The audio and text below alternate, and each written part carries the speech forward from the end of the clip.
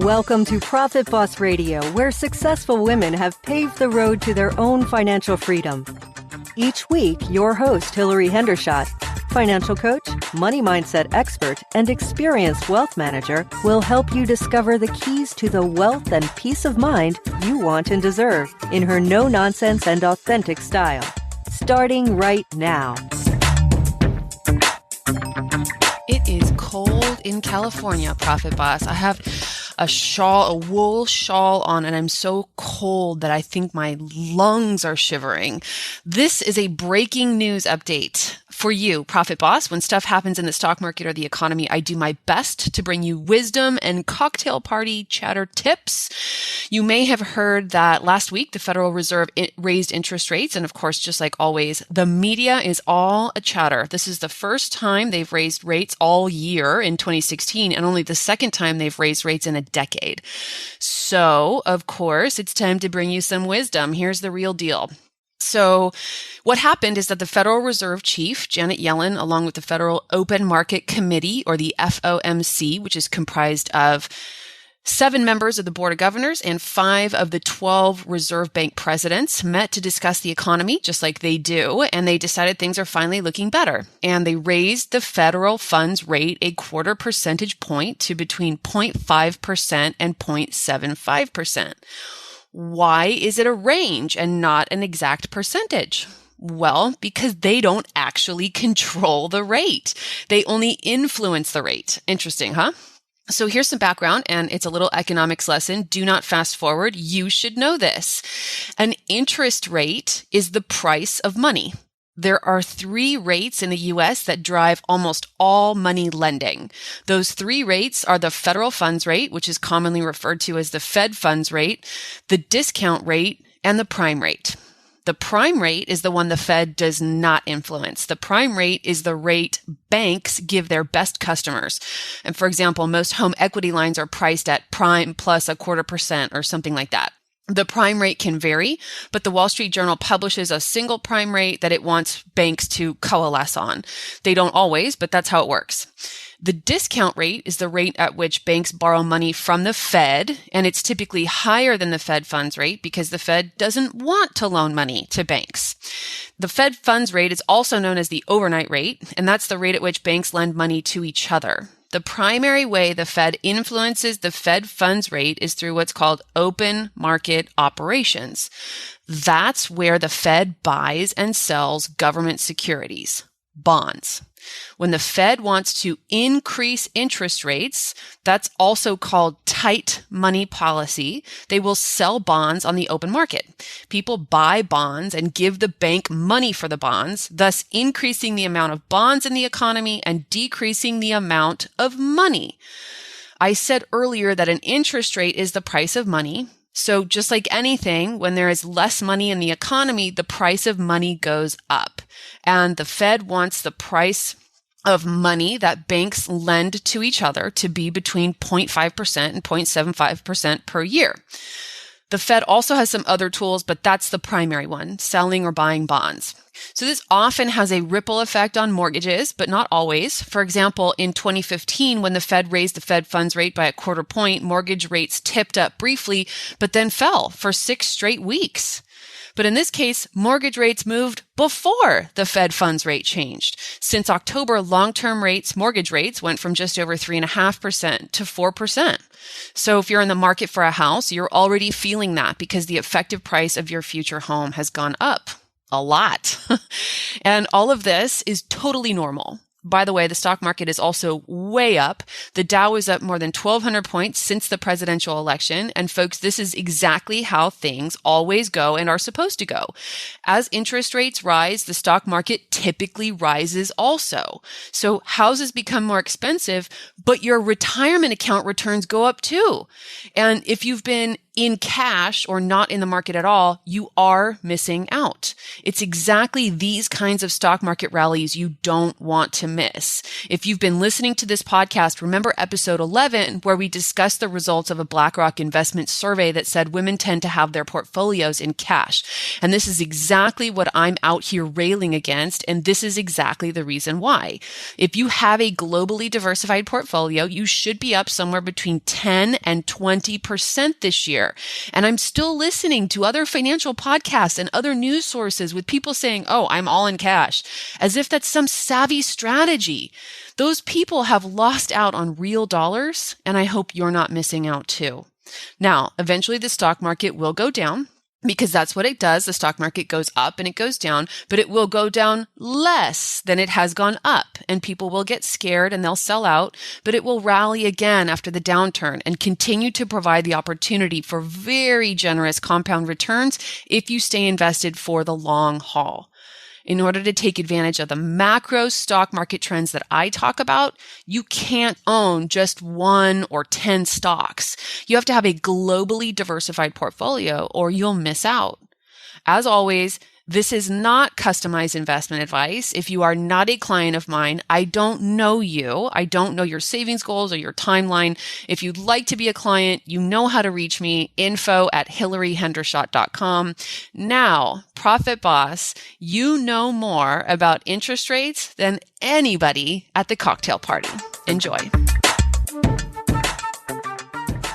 Welcome to Profit Boss Radio, episode 48. I'm Hillary Hendershot, your host. So for those of you who may be new to Profit Boss Radio, I do basically 3 types of podcast episodes. The first type is me with my certified financial planner hat on, giving you tips and tools that you need to take control of your money and succeed financially. Sometimes I have something I want to say, and other times I'll do an Ask Hillary episode where I answer your questions. The second type of episode is where I interview experts or authors about their area of expertise as it relates to money. The third type of show is what we have today, is called Everyday Heroines. And this is a series where I interview real women about their money stories. They're authentic and, like I said, real. I mean, these can be surprising and dramatic, or they can be inspirational. So everyday heroines may have survived financial abuse, significant debt, divorce, being widowed, and then conversely, some who experienced tremendous success right out of the gates. And if you know someone who should be on the show, or if you want to nominate yourself, write to us at media@hillaryhendershot.com. I would love to feature you. The point of this is that these are the stories we women don't tell and we don't talk about. So we're talking about it here. I rarely publish their last names so they can stay anonymous, and I encourage them to give real numbers as often as possible because I think that's important for you to understand what's really going on out there. Today's guest is a client of someone I work with to improve the podcast, and she offered to be on the show to tell her money story. I thought it was interesting, so I booked her. This is Jennifer. Jennifer is also a podcast host, and her show is called Congressional Dish. So we get on the line together and we start recording the interview, and we're telling her money story. And since her current income comes from her show, once we're at that point in the timeline, she starts talking about Congressional Dish. And her enthusiasm is a little contagious. So she basically took over the interview at that point, and I won't lie, at first I thought she was off topic. So I'm kind of waiting for her to come back to her money story, but pretty soon I realize this is the interview. This excitement and passion she's got for policymaking in America is what she's given her life for right now, and it's amazing. So I start listening to Congressional Dish. And let me tell you, it won me over immediately. I love it so much, and I think it's so important, the work that she's doing, that I sent her a bunch of money to support the show, and now I'm a monthly contributor. But here's what's incredible about her show. If you're interested in policymaking in the U.S., her show is untainted. There's no slant. She tells the truth no matter what side of the party line people are on. I mean, you can hardly believe anything you read or hear these days if it has to do with anything political. I rarely read any news sources online because it's just not news anymore. But if you want to know about the Patriot Act, the Electoral College, bombings in Libya, the Trans-Pacific Partnership, it's all there. So Yeah, I'm a firm believer that when we find good resources, we share them. So while policy and politics aren't going to become a topic on this show, I will say that Jennifer is doing an incredible job over there at Congressional Dish. If you're interested, definitely check it out and enjoy today's episode of Profit Boss Radio. Jen, welcome to Profit Boss Radio. Thank you so much for having me. Would you start for us kind of at the beginning? What's your first money memory, or what was money like in your household growing up? To be completely honest, I was a privileged kid. I really was. I was raised in Irvine, California. My dad was an executive for Coca-Cola, and then he became one of the heads of Knott's Berry Farm, which he started in the foods division. So you might recognize Knott's Berry Farm from the jams and jellies section of the grocery store. And then when they sold that, he moved over to the amusement park. And so my upbringing, I never had to worry about money. My parents definitely instilled in me that I needed to earn it and make it myself. But we were never in the situation where I was worried if, are we going to lose our house or like anything I wanted, I knew that my parents could afford. So that's really where I started out with money, where it was, I think when I graduated and had to do it on my own is where I really learned all my financial lessons. It really wasn't a concern when I was growing up. So you kind of assumed that it would go well, but never really thought about it. It wasn't really an issue, and sort of rolled into your first job and realized maybe I don't have this thing figured out. Well, one problem that I did have with money as a kid is that it was a way that my mother in particular would use it kind of like over me to control me. So I definitely saw that money can be used by the people who have it. It can be used as a way to control the people who don't. And so that is something I think I've always carried with me with that lesson, where it's like, if I control my own money, then I control my own destiny. So even though I could have been that person that asked my parents for money over and over and over again, and they would have given it to me, I've never once asked them for a dime, because that is how I got my independence. It was when I finally was able to earn my own money. And then I could be like, well, I know you don't understand my decisions, but I'm earning my own money, so bye. So what's an example of how she would try to control you with money? Oh my gosh, she still does it. Just kind of like, well, she's doing it more to my little sister who actually needs money, but kind of like I would want to go somewhere in college, for instance, and I would say, I want to go on this trip. And my mother would say, well, you can't do that because I am paying for your college. I'm paying for everything. And so what I ended up doing was getting jobs so that I could say, okay, well, this is my money, so I'm going to go. So it was just all of these things that she would want to have an opinion on. And I didn't want her to have any control over it. So I learned very early on that if I want to do something, I should pay for it myself, and then she can't stop me. Okay, so money. Spoiled little brats, but. So what was your first job? And do you remember what your salary was? Yeah, actually, I was earning $7.75 an hour working for Skyhawks. And this was a little company where I would coach is a funny word, but I would coach kids in sports. And so my favorite were the mini hawks, where I was taking care of kids between the ages of 3 and 6 and teaching them baseball, basketball, and soccer. So that's why when I was a coach, it's adorable because I'm pretty much just making sure they don't hurt themselves. And then after that, I was coaching kids in soccer from the ages of 6 to 13. And I was made a director. That was my first promotion. And I got a whopping $10 an hour for that one. But yeah, my first few jobs were working with kids, and then I moved into waiting tables after I graduated from high school. What was your first out of college gig? Out of college. So I was told by my parents that I had to get this thing called health insurance, which was a slap in the face.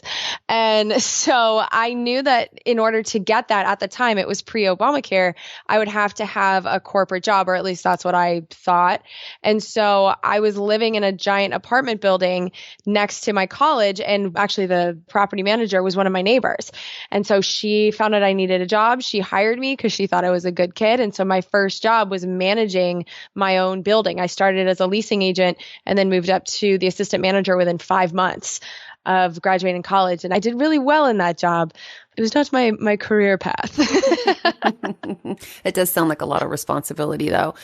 And how's your money behavior at this time? Saving, spending, credit card, like that? How's that all going? So I've always been super conservative like that. My parents have always been really good with money. And I think it's because when I was brought into this world, they were at the point where they were getting comfortable, but they came from a lower middle class neighborhood in the suburbs of Boston. And so I was instilled with that, if you kind of like a save a penny, earn a penny type of attitude. So I've never been a big spender. I've never had any debt of any kind. In fact, my husband had some debt from grad school and I just paid it off so that we as a couple wouldn't have any debt. So I've always been very conscious of, if I can't afford something, if I have to take a loan for it, I don't do it. And I've always been like that since the very beginning. And I think that's one of the reasons I've been able to start my own business, is because I always had money in the bank. And so I had something to fall back on at all times. So that's interesting, because the fact that you paid off your husband's graduate school debt, and were you married when you paid it off? No, in fact, we were still kids. But the thing was, we were living together at the time, basically because we were living in Los Angeles.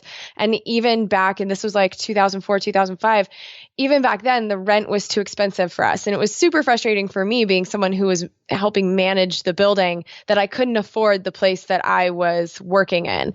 And so for Joe and I to both afford to be on our own, we had to move in together. And really what we looked at was, if he was paying off loans for this, it wasn't that much. It was $3,000. But the interest, I was just like, that's so dumb. Like, I have the money in savings. You can just pay me back. But like, let's not spend money on, giving interest to the banks when we can just pay it off now in cash and then work together from here on forward. And so we've always had this partnership where it's like, that's when he needed money, so I stepped in. And then going forward through the years, we've just kind of taken turns. So it's like, that's when we were focused on his career. But then fast forward later, when I started the podcast, he was earning the money. And instead of me going to grad school, I had a whole year where we decided that I wasn't going to worry about money. And that's what gave me the freedom to see, A, if podcasting was something I wanted to do, and B, if there was anything there. I'm doing a podcast about Congress. There's not a ton of people asking for that information. So I wanted to see if the interest was there, if there was a future there, and not worrying about money for an entire year and being able to really focus full time and learn. That was huge. And so we've always been a partner like that, taking turns focusing on our careers. When would you say you started to have some money results that you didn't like or that you wanted to change? Well, that was the minute I quit the apartment building job. I knew that I was giving up health insurance and a steady income, but I just couldn't do it anymore. The company that I worked for, I won't name it. You can find it out if you want to, but it's one of the biggest apartment buildings in the nation. And their slogans are all about like, this is your new home and blah, blah, blah. But they made me evict people for financial reasons that they didn't have to. It was actually, I can remember her like it was yesterday. It was this girl named Andrea, and her mom's house had been destroyed in Hurricane Katrina. And so what she did is she spent $1,000 to get her mother from Louisiana to California, and her mother moved in with her in her one-bedroom apartment. She was sharing a one-bedroom with her 5-year-old daughter. And so my job as the assistant manager at the time was to collect all of the rents. And as long as I kept my delinquency below $1,000, which for 444 apartments was like nothing, I was getting A+ ratings in my job performance as long as I was doing that. If I could keep it to $1,000, then the company was fine, So what I decided to do to help her, to give her a little bit more time, was call in every dime. So I called all these people that owed like $1.50 and said, hey, one of your neighbors is in trouble. I need to collect as much as possible so that she can have a little bit more time. Can you pay off this $1.50? I know this is ridiculous. And people did. And it was awesome. So I collected all these little things and I got it down to $1,000. The whole $1,000 was hers, but it was where I had to be. And they made me a victor anyway. So I remember sitting in the courtroom and holding her hand, and we both cried. And the next day I just walked in and quit. I said, I can't do this anymore because you're not standing up for what you say you're going to. And I'm never going to do this to someone again. Like, you didn't need that money. She did. So I quit that. Podcast is all about audio, and I'm sitting here with my jaw on the desk. I can't even believe that story you just told, every part of it. Your part, the corporation's part. Oh my goodness. Yeah, I was really angry. And for my own financial being, that was a really scary thing for me to do at the time because it was like, well, where am I going to make money? What am I going to do? But I just felt so sick about it. And it was me that was the representative of this company. I just couldn't handle it. So that was my first really scary financial point where I was like, how am I going to make ends meet? Because like I said, I was living with my boyfriend because I couldn't afford the apartment even with my 20% discount. What was your degree in? Communications. Okay, go ahead. Yeah, so I ended up just doing a bunch of odd jobs and I just had to make all of the dollars and cents add up to where I could pay my half of the rent. So I waited some tables and I worked for this guy who sold vending machine equipment like that would turn off the lights when you didn't walk by. It was for energy efficiency, but I worked for him, but he was selling it out of his garage. So it was kind of like a shady company. Yeah, I just tried all these little things, but as long as I was able to pay my rent and not go below zero, I felt like I was doing okay. And I lived like that for years. That was a scary time. That made me nervous. So my reaction to resigning from Evil Apartment Company Limited would have been to put together my resume and look for another office job to get started in a career. Why didn't you choose that option? Because I didn't know what I wanted my career to be and I didn't want to waste any more of my time. I really look up to the manager and she's still one of my friends to this day, but I watched how she just started in this property management business and because it was safe, she kept working her way up the ladder and she wasn't particularly happy with it. And I just didn't want to go down that same road. I didn't want to get into something that I just wasn't into. So I wanted to work jobs where I would have enough hours to really figure out what was right for me. I always knew that my favorite part of college was researching things and trying to figure out why the world is the way that it is. And so I wanted to make a career out of that without knowing the path. And so the idea of I call them just for cashies. I would do these just for cashy jobs so that then I could leave them and then go home and then do what I wanted to do to figure out what would be a good career for me. But just going to another property management company, because that was really my only experience at the time, it was just going to lead me down the same path. And the thing is, like, evicting my friend wasn't the only thing that made me leave that job. The corporate pep rallies just made me sick, where they were, I would go in there wanting to make my building more energy efficient. And they wanted me to like dress up. They had us wearing like football jerseys for some reason and boas, and we all looked like idiots. And then the president would come in his $4,000 suit looking official. I'm like, no, I thought this should be a business meeting. But it was just this raw, disgusting thing. And it was just a lot of stuff like that. The whole corporate culture just didn't work for me. It felt so fake. And so I just wanted to leave it and Jen, find my own way. You communicated that very well. I get it. You left that job sick. Yeah, I'm still, you can tell it's been over a decade and I'm still nauseated by the things that went down when I was there. And I was only there for a year and a half, but it was a really tough year and a half for me. I gained 25 pounds. It just really wore on my soul. I'm just not someone who can handle it. Yeah. Yeah. I actually have some of the same sounding stories about my last corporate employer. I feel the same way. I can't believe some of the stuff that went down, that I tolerated it. Yeah. So that kind of answers the question. Like, I knew that I could make, because I wasn't getting paid that well either. So it wasn't like I was balling. Like, I was able to make up the $35,000 a year that they were paying me pretty easily, especially when I started waiting tables in Los Angeles. I mean, I made so much more money waiting tables. Yeah. So that was an amazing shock to me, where I was like, oh, I can do something I actually enjoy and that gives me exercise while at work, hence the 25 pounds. Like, I really wanted to keep that off. It was just mind-blowing to me that this very serious job that my mom could brag about was not something that was paying me all that well, and it was actually making me sick. So tell me the story of how you got the idea for the podcast. Well, see, that happened while I was cleaning up dog hair in my apartment. I had C-SPAN on because I'm really cool like that. And you can probably tell, I've mentioned a few times that I'm really into energy efficiency. My husband is solar power engineer, a decision that we made together. So we're both really, it's just important to us. And so I was watching the debate on an energy and water funding bill. C-SPAN is riveting. Actually, sometimes it can be. C-SPAN 3 is like my favorite thing. The hearings are, people should check out C-SPAN 3 if they want to see some funny stuff. That's the one where people yell at each other. And but sometimes for people who haven't heard of C-SPAN, C-SPAN is where they air essentially Congress live. Yeah. Yeah.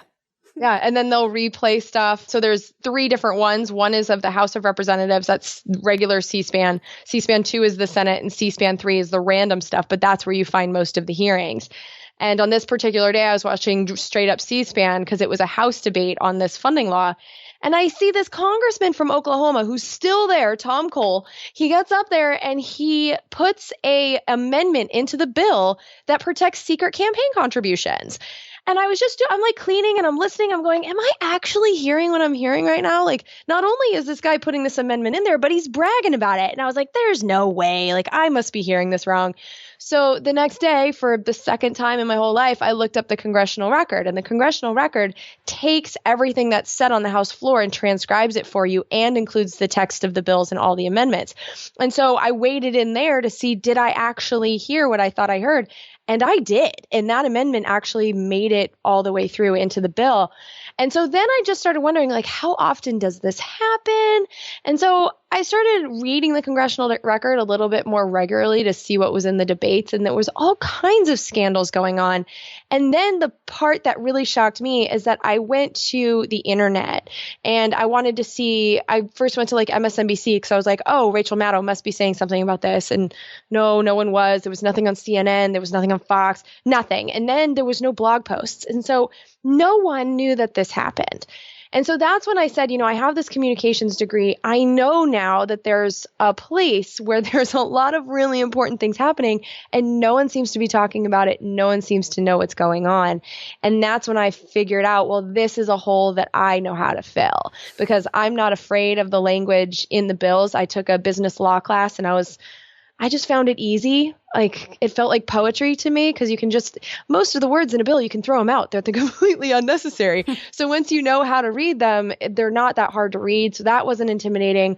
I know how the congressional record works and where I can find the information that I want to find. And after 4 years, I didn't even know the half of it. Like, there's so many amazing resources all on the internet to do what I do. So that's what I realized, like, there's a hole that I can fill here. And because I'm so interested in this stuff and these stories are so fascinating, I think I could make a podcast that wouldn't be boring. Why did you pick podcast and not blog?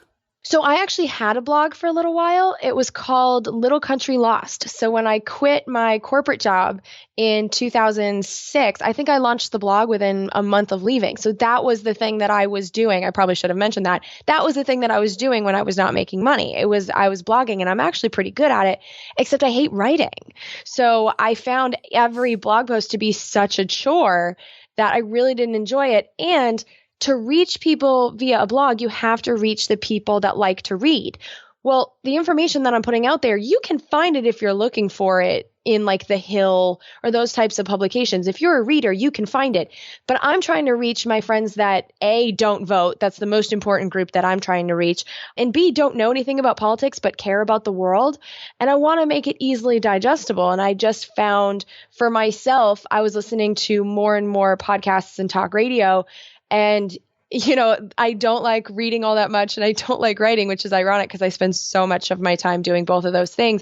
But I just think that the message will get out better in an audio format. And then the other factor was there's a lot of things that are said, like Tom Cole saying that in 2012, that I want you to hear it for yourself. And so with podcasting, I can take the audio from Congress and put it into my show. So you don't have to listen to me tell you, well, oh, this guy said this thing. You can hear it for yourself. And it becomes a lot harder to deny when you've heard it on your own. So instead of me explaining an experience, I can share it with my audience with podcasting in a way I couldn't on a blog. So how do you articulate your interest level then? Because you're young. Most people your age aren't that interested in politics or policy, and they are two very different things. Political theory, politics, and policy are all very different.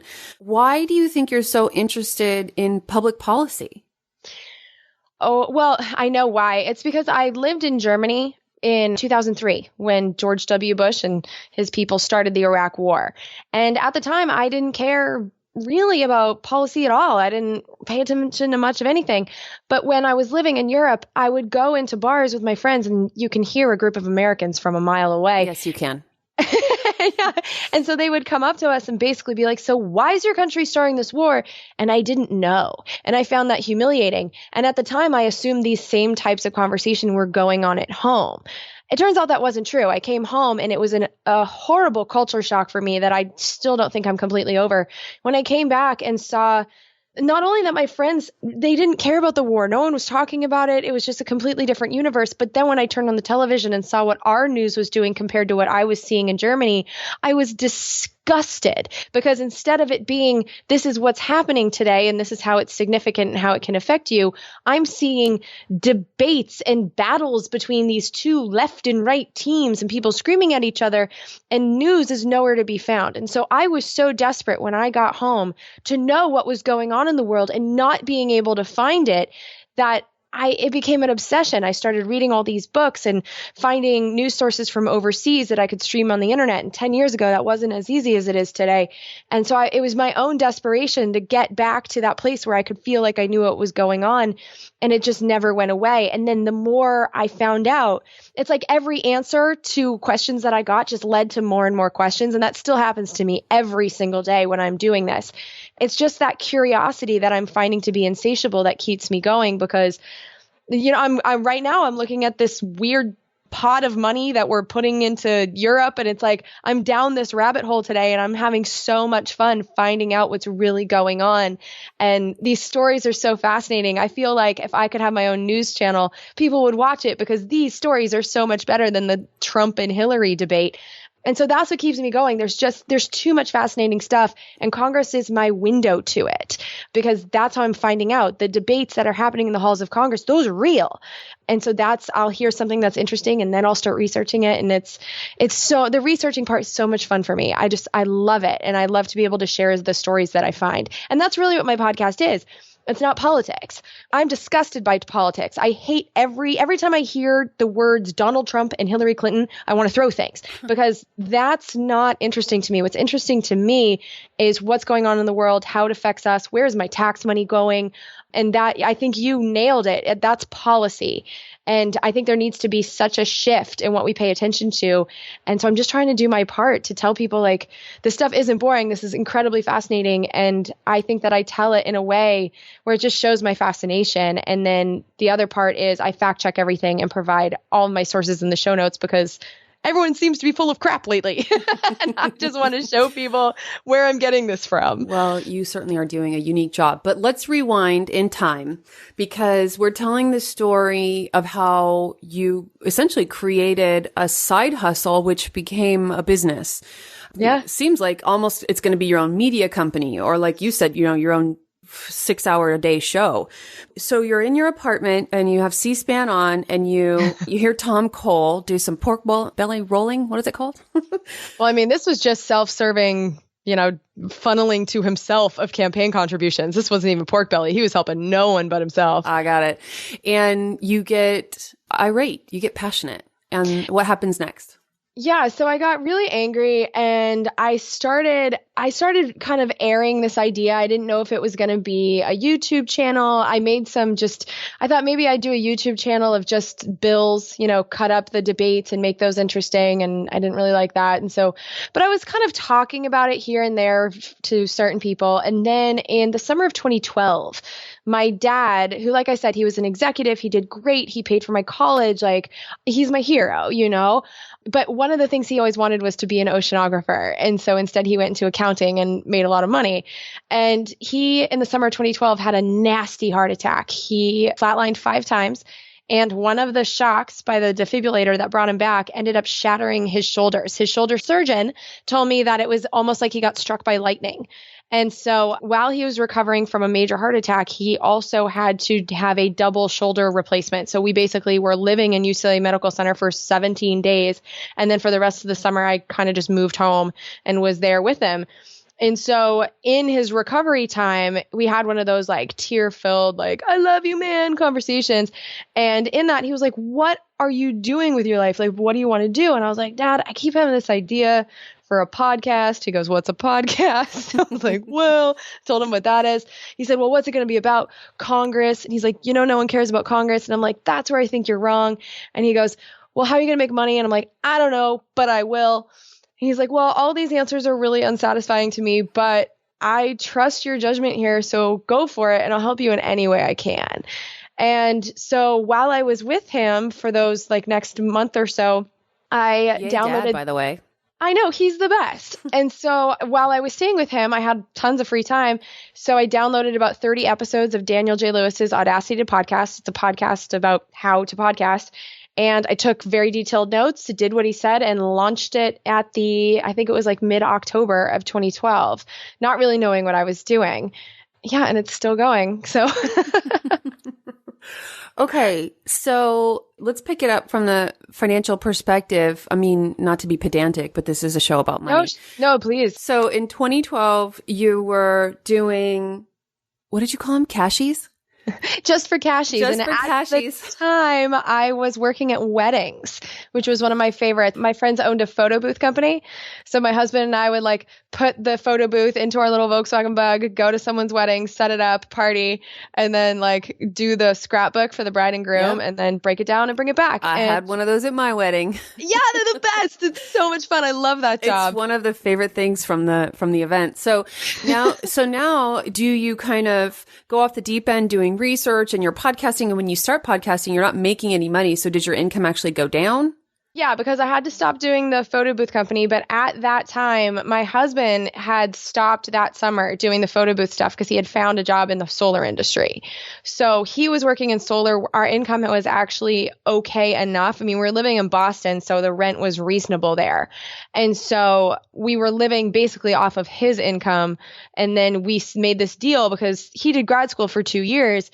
And we didn't want to send me to grad school for journalism because it's like, why would I want to learn the old way? So we decided that for 1 year, instead of going into debt, we'll just live off of his income, and then I could work full time on the podcast. And then if there's something there, we could reevaluate. So really from September of 2012 to September of 2013, I was freed from having to make money because my husband is awesome and was totally down with this idea. He saw the vision from the very beginning. So he's very much a co-owner of this business. He saw it. He's like, I think you're onto something here and I want you to go for it. So for that first year, I got enough interest in the podcast and the numbers grew enough that, and I really enjoyed doing it. So I was like, okay, there's something here. I'm going to keep going. And so in September of 2013, I announced to the audience that I didn't want to do advertising. And at the time, I wasn't sure if I didn't want to do advertising like for good. I've made that decision now, but at the time I couldn't get advertising anyway. So I kind of just said it as a moral thing. Like, I don't want to do advertising. It's corrupting the media. And so I'm going to do a listener supported model. So I set up a PayPal and people started contributing. So 2 months later, I had a whole $25 a month coming in, and which I was really proud of. I mean, those first 5 people, I still know all their names. I had $25 a month coming in. My husband calls me and says, my entire department just got laid off. So I hung up the phone and cried like a 3-year-old. Just sat on the couch, just bawling my eyes out. It's coming back to me now. So he came home that night and we actually turned on the microphone so you can hear the conversation that we had. It's I don't know, it's just looking, I think it was like December of 2013, you'll find the episode. And we just discussed, what are we going to do? And we kind of knew it was a possibility, but our fallback plan was we would get rid of our apartment, which my apartment leasing experience, I knew how to do it on my own without paying anyone. So that was huge. And so we would release our apartment as fast as we could, pack everything in our Bug, drive across the country to where his parents had a second home on a golf course. And they were in the process of selling it, but it wasn't selling. So we moved into that house. He worked on the golf course. I worked in the restaurant. So I was actually doing 2 full jobs that entire summer. But we did our Just for Cashies, and I still did the podcast while waiting tables. And luckily it was a golf course. So, I mean, I made a good amount of money, and not having to pay rent really saved us there. So we did that for 10 months. And then my husband got a job here in San Francisco and we moved, and here we are. So you moved to the most expensive place in the country to live. Yeah. And that's been frustrating. Really, really frustrating. Yeah. And what does your husband do here in the city? So he's a solar power engineer and he's doing well, but in San Francisco, well is not good enough. So we actually live in Walnut Creek, which is an hour on the train outside of the city. So he commutes 2 hours a day. And that is because of the podcast still. I mean, he's made so many sacrifices because of this stupid show of fine. Yeah, it's because living this far outside the city, we're saving $1,000 a month. And that is the only way we were able to make ends meet. When we moved here, we moved to downtown Oakland, and even that was too expensive. We were paying $3,200 for a one bedroom. Yeah. And so now we're paying $2,400 for a one bedroom out in the boons here, but that's how we're making ends meet. And we can kind of have a life with that little bit of financial cushion. And now that I'm making money, really this year, I just did my taxes this morning. So it's really this year that I've started making an income in the way that I used to when I was making tables. I'm about breaking even to where I was and contributing to my own family in the way that I used to. So that has been a huge change. If we wanted to move back, we probably could. But the truth is, I don't want to be in the Bay Area. I want to get out of here as fast as possible. So we're kind of working our way to him being mobile, and then we can get out of here. I had speaking of how expensive it is in the Bay Area, I had a meeting with a client of mine who works at Google. And he said two things. First of all, that you know about the Google bus, and it picks people up and it takes them home. And if you don't get car sick, if you work in the car, you can work in the, on the bus. But he said the Google bus that goes the furthest, because people just go out and out and out and out to afford a place to live, goes to Mountain House, which is 2 hours from the Mountain View campus. So there are people that commute 4 hours a day. And another thing, there's a parking lot there that apparently is full of RVs. So people buy an RV, they cart themselves in to Mountain View for the week, and then go home, 2.5, 3 hours away for the weekends. It's crazy, the sacrifices people make. Do you know, I actually considered that. Like, I know kind of like how much the RVs are because I was seriously looking into it. But the problem is around here, there's so few places to park it, and they're charging like $40 a night. Yeah. So it was, even like the RV parks are too much. And I couldn't get reliable internet. So that was kind of like the deal breaker, because then I would have to get a really crazy AT&T plan in order to get the internet that I needed to work. It just wasn't going to work out. But yeah, it's a ridiculous situation that we have going on here. So are you going to do an episode about housing policy here?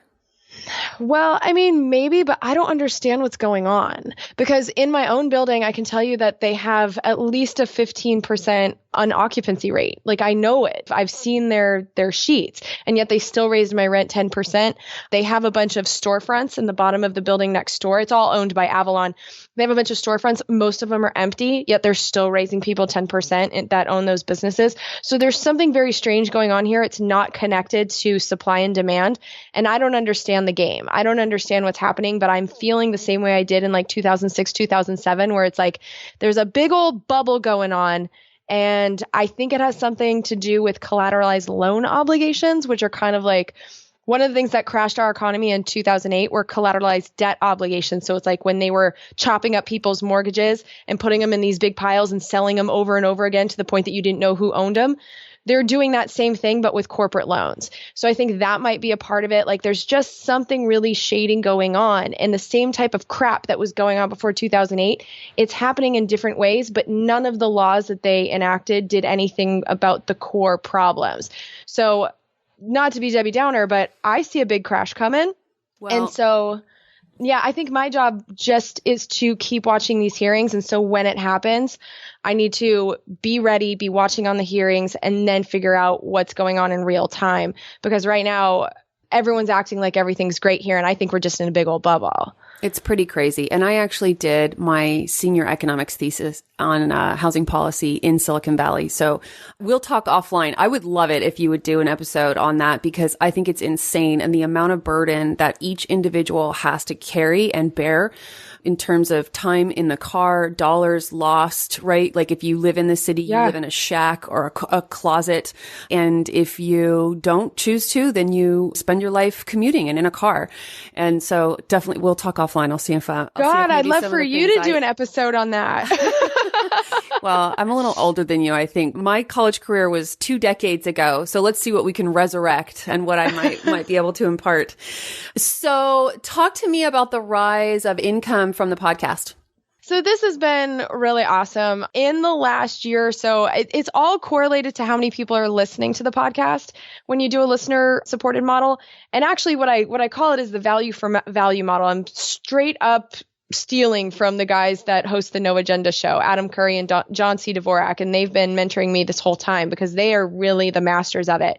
But basically the whole idea behind it was I'm going to produce something of value, which my show absolutely does. For those of you who haven't heard it, like I'm watching congressional hearings and I'm reading congressional bills and I'm trying to figure out what's going on. And so my show notes are so valuable. I outline all of the bills that I read so that not only do I link to the bill, but I link to the provisions in the bill so that people can check my work and like go down their own rabbit holes. I give you all of the hearings and the timestamps of where people are talking so you can see how I'm editing it to make sure that I'm being fair. So I back up everything that I say, and I think there's a lot of value in that. And I have had a lot of people tell me that they use the show notes for their own research or even just to back up what they say in some argument with a friend. Like it's such a good resource to be like, I told you this is true, and like send it on Twitter. So what I'm finding is that people are really responsive to just paying whatever they think is fair. I don't set a dollar amount. And so I have people that contribute $1 a month. I have a guy that contributes $250 a month. It's all about what it's worth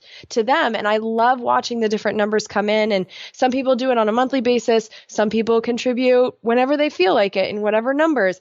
Some guy found my Amazon wish list and just bought everything on it and sent it to me. So, and people are just contributing whatever way they want to.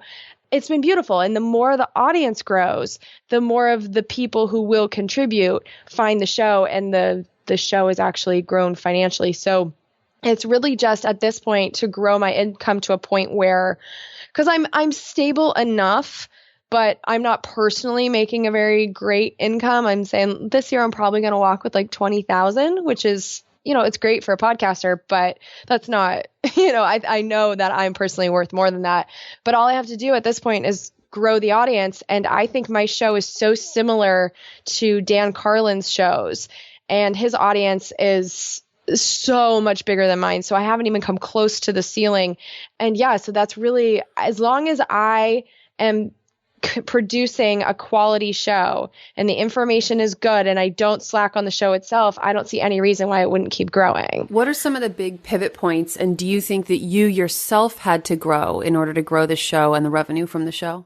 Oh yeah, definitely. I mean, I've had to learn so many things the hard way while doing this because there was no graduate level course in podcasting. It doesn't exist. We're all making it up as we go. So, I mean, I've learned lessons in how to pick my team members. I actually just had to let one go last night, which is really punishing me now because I have to do the work. But it's like if someone's not right for the company, I just had to like cut them out because I was spending so much time like managing them that it was not helping me anymore. So that was a really difficult one. I've learned that you shouldn't hire friends.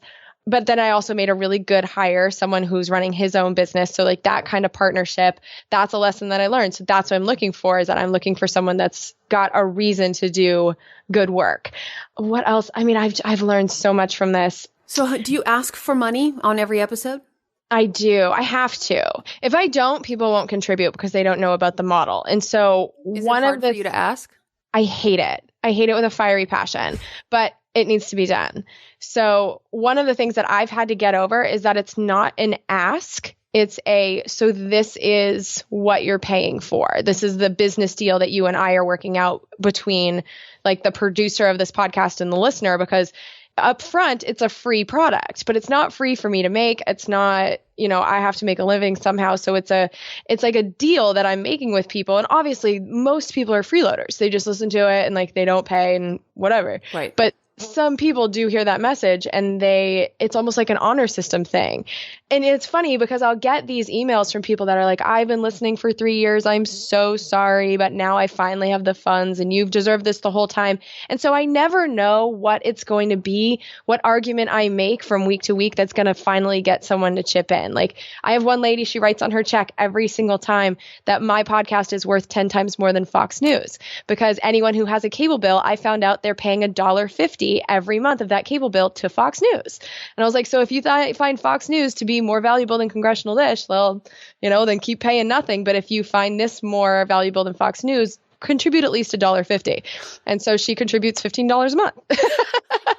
So it's just something hits people in whatever way. So every week I try and make it a little bit different. And usually that part of the podcast is just whatever has me fired up that day, where it's like, I enjoy it now because it'll be like, why am I doing this? What is the value that I'm producing? And it makes me think about like, what is the good that I'm putting into the world in order to verbalize it? So it's actually, as I've done it, I'm using it more as an exercise for me to keep myself going, to be like, does this have value? Yes. How? Say it out loud. But it's still hard every single time because people will accuse me of being a beggar, and people who like the podcast but don't want to pay will find reasons to lash out at me, which is a really interesting phenomenon that's been happening. Like they'll say like, I know that I should be paying, but you said this thing, and so now I won't. And it's like, oh, okay. But they feel like they have to punish me, like they have to find a reason to be mad at me to not contribute.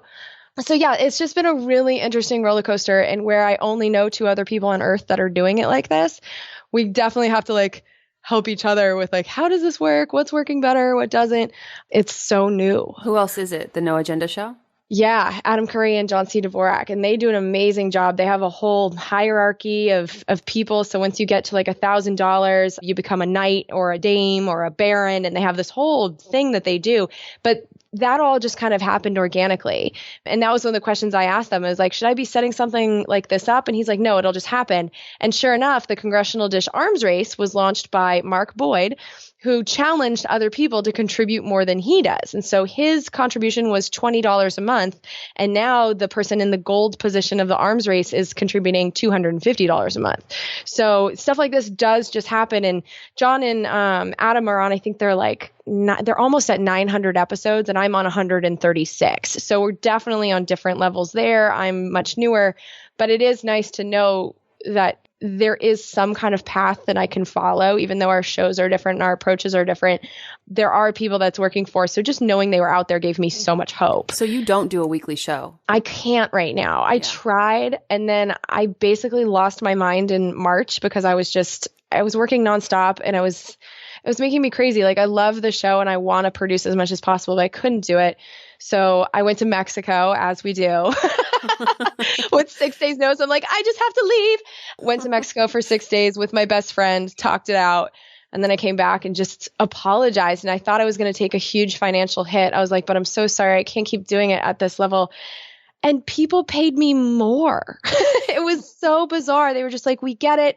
We haven't understood how you were doing this to begin with. So produce as much as you can. People were so supportive. I never saw that coming. And so now I'm at 2 times a month. And if I could get more help and build my team with people that I can depend on, then I'm hoping to get back to weekly. But right now I'm doing all I can with 2 a month. I wish it could be more. When I think about wastefulness, or I don't know how you would describe this example of what Tom Cole did, and I'm sure you've found 1,000 examples since, but unjustness or unfairness that goes on, there's so many of them. How do you pick one and not get overwhelmed? Like, I guess in my mind, I've kind of thrown the baby out with the bathwater. I'm like, it's just not going to work. And so, because I get so angry about it, I can't pay attention to it. But you pick one thing, you focus on that, you get passionate about it, you analyze it. How do you select? Well, that's been an ongoing process. I mean, so the first 2 years of the podcast, I was reading every bill that passed the House of Representatives, figuring, hey, if congressmen can do it, I should be able to. Like, so naive. Turns out they don't read the bills. So my podcast, the structure had to completely change when I started picking. And I'm still trying to figure that out because I feel like I really understood what was going on a day-to-day basis so much better in the 113th Congress because I was reading it every day. But I'm feeling like the episodes now are so much better because I'm doing so much more research into the backstory. Like, where did this bill come from and who's paying for it and, why? And really what I'm trying to do now is find the ones that are the most important. So like last week, I did an episode on the Every Student Succeeds Act, which is an overhaul of education policy. I had to do that one because it made it into law, even though I didn't really care. Like, so that was one where it was like, that one felt like homework to me the entire time I was doing it. And once I got into it, I found stories that were interesting, but it wasn't something that I was super into. It just didn't get my blood boiling in the way something like an authorization for limitless war would do. I mean, that one just had me crazy because what? So there's certain topics that I'm into that I will go down those for my own enjoyment. And then like the anthrax episode, that was 100% just for me to get my motivation going again. I wanted to know what happened with those anthrax attacks. That episode was so much fun to do. But then there's also the ones that are homework. And then like today I'm working on one that funds our government until December 9th. And so I'm trying to find a balance in that, but I am constantly struggling with, I feel like there's so much getting by me. And when I say this to other people, they say, well, you're one person, you shouldn't be able to, keep track of everything going on in Congress. But I just wish that I could, because there's so many stories that are flying by me every day that I wish I could capture them all. But at the end of the day, I can just produce as much as I can and put it out there and start again the next week. It's honestly, that's one of the hardest things that I deal with. Would you describe your philosophy on political parties? I hate them. I truly hate them. I don't think in the age of the internet that they're necessary. I'm finding them incredibly divisive. And especially with the Republicans and Democrats, the more that I've learned about how, especially on the presidential level, they have rigged the system in their favor. They're the ones that are perpetuating the myth that we have a two-party system. When you know how the system works, we do not have a two-party system. But the debates is a perfect example. The debates used to be run by the League of Women Voters, which was a nonpartisan organization, and they wouldn't let the parties control how they were operated. So in 1988, the head of the Republican National Committee and the head of the Democratic National Committee got together and created the Commission on Presidential Debates. And they basically got their candidates to not participate in the League of Women Voters debate and only participate in theirs. And the League of Women Voters said, this is a ridiculous process. Like, we're not going to be a part of this anymore. And so since 1988, we've had these debates that feel like, Circuses? just... Yeah, they're like these campaign events now, and the questions are all fluffy and they just don't feel authentic. And it's because they're not. We have a person that's on all 50 ballots. Gary Johnson is on all 50 ballots. That should be the qualification to be in the debate. And Jill Stein is on 89%. She should be on that stage too. If you're mathematically able to win the presidency, you should get onto the stage, because it's a ton of work to get onto the ballot in all 50 states. And those people not being in the debates just shows you how corrupt the system is. And so I'm incredibly angry at both the Democratic and Republican parties. The more I read with, the Democratic National Committee's leaked emails, I'm disgusted with them. I've been disgusted with the Republicans for a really long time. And one of the things that bothers me too is that people are like, well, libertarians will rise. And it's like, no, that's still a team. When I talk to libertarians, they'll be like, well, we believe this and we believe that. And I'm like, who's we? Like, it's you and me talking, who's we? And so I just feel like this division into these groups encourages groupthink, and it doesn't help people find solutions to very real policy problems. Like, when you're breaking it down by bill, you can say, well, do you think this much money should go here? I mean, it can be broken down that easily, but that conversation doesn't even get had when it's like, well, my team does this. Well, my team does this. And they're so inaccurate. So since starting Congressional Dish, I've realized that the Republicans do not stand for what you think they do. They are not conservative budgeters at all. They're not. Not at all. And it's so frustrating. They do this thing in so many bills where they exempt what they're doing from the budget. So it doesn't count when you say, like, are you paying for as much as you're spending? Like, you know what I mean? Like, when you add up spending voted on or proposed. Yeah. So it's like they have this pay-go budget thing, but they exempt so much that their numbers look good and it's all fake. So they're not conservative budgeters. And then the Democrats, like, they're supposed to be the anti-war party. Please. Hillary Clinton has helped launch so many wars. So it's like, once you start watching the actual policies and watching the debates and, privatization, that's supposed to be like what the Republicans do and the Democrats fight against it. Hell no, they don't. So it's like, when you look at the actual details and you watch what they do in their job performance, the whole debate that you're seeing on the TV doesn't even make sense. It's all based on nothing. So I'm so sick of the teams. I want no part of it. And if I could accomplish anything, it would be to blow up the whole political party system. It's not a part of the Constitution. We don't need it. That was amazing. Yeah, sorry. I just got really word vomit on you, didn't I? Well, okay. So obviously... And actually, can I throw one more thing, while I'm on my soapbox? Go, girl. So one of the things that I would just love for people to understand is that if you're worried about your finances, you need to be voting very carefully for who's in Congress, because how 401ks work, how they're legislated, how your workday works. I mean, I've seen a bill that would basically make it so that you have to work overtime every single week. You'd have to work 40 hours in order to get your employer-sponsored health care. Right now, with the Affordable Care Act, you work 30 hours and you get health care. So they want to make it that if you work 39 hours per week, you don't get your health care. That affects your bottom line in your personal family more than anything that could ever happen on the presidential level. So Congress is key. And unfortunately, it's the body that most people ignore. They just check on party lines and they don't really know who they're voting for. And that is a crucial, crucial mistake. If you care about your money, you need to care about Congress more than anything. But what do you think about the fact that one person's vote will never sway, one ballot will never sway a vote? I think that's complete crap. Especially but it's mathematically true. No way. No way. Because we've seen so many congressional races that have come down to tens or hundreds of votes. Like your vote truly does matter on the congressional record or on the congressional level. It can come down to just a few votes. You never know how important your vote's going to be. Do you think the system is rescuable?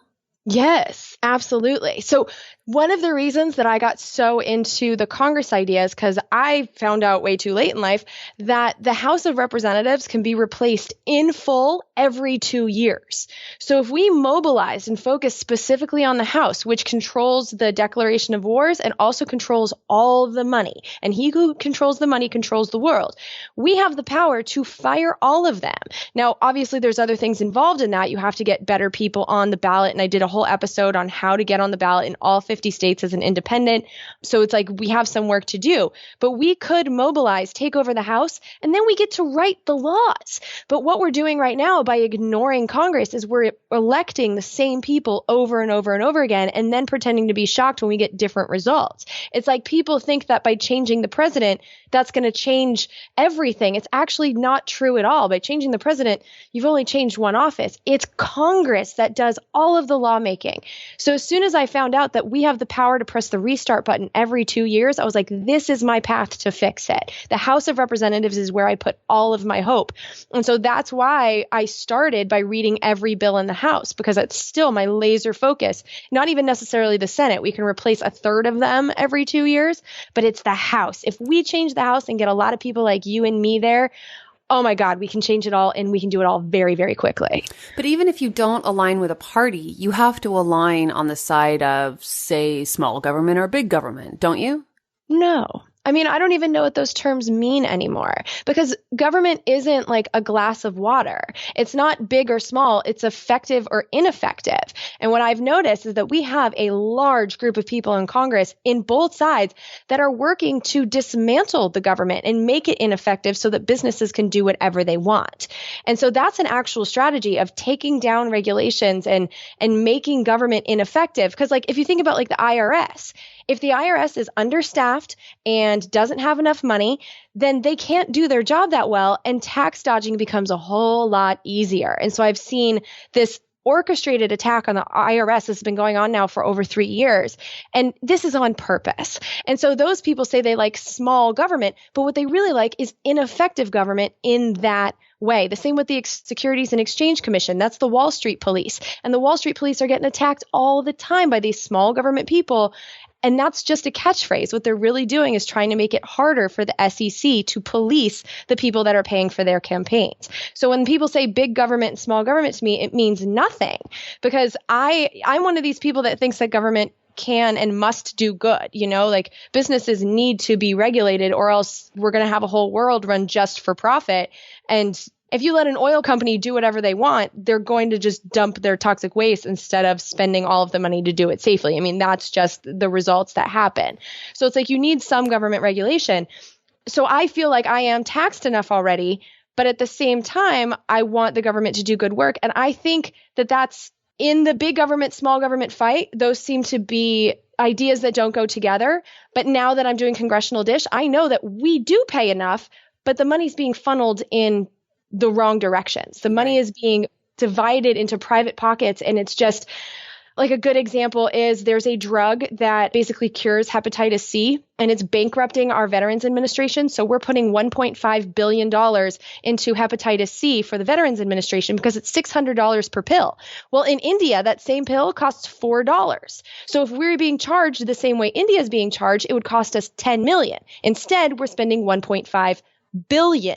That's an incredible waste of money. And it happens because the company that makes that drug spends so much money on lobbying and so much money on giving money to congressmen, and 16 congressmen own stock in that company.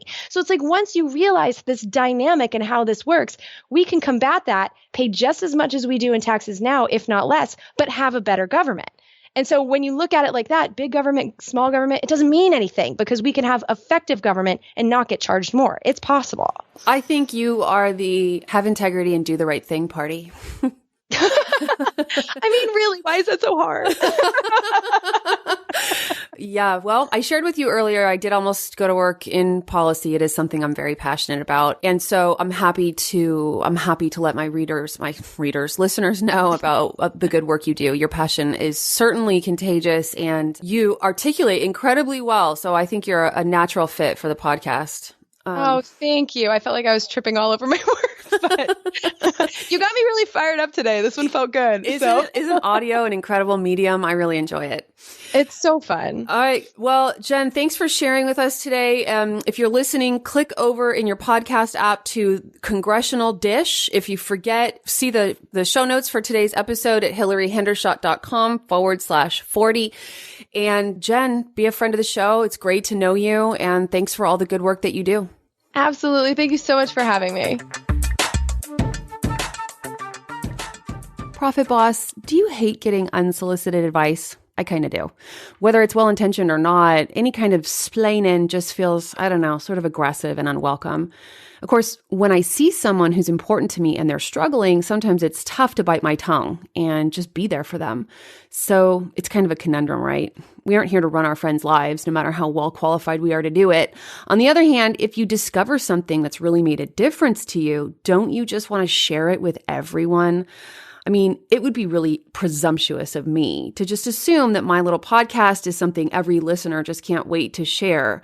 But I do know what I hear from my listeners about how Profit Boss Radio has helped them to start changing old money habits and feel more in control and hopeful about getting out in front of their financial security. And I have to think that for every person I've reached, there are thousands more who might feel the same way if they get the chance. So if you're one of my listeners or in our Facebook group and you know at least one or two people in your social network could use an encouraging word, let me invite you to let them know about the podcast and about our Facebook group. Just hit the share button in your podcast app. It'll give you a good feeling, I promise. And you'll be helping me accomplish my big, audacious goal of empowering 1 million women to take charge of their financial futures and become millionaires. Lastly, let me just say I'm truly honored to have earned a place in your busy schedule. I know you've got a lot of demands on your time and attention, and I'm so totally grateful for the little part of it that you share with me. So thank you, and let's get together next week for another episode of PBR. Thank you for listening to Profit Boss Radio, where creating success on our own terms happens every day. You're not alone in your journey to a rich life, and that's why Hillary is here to add value in each and every episode. See you next time on the podcast for women and money.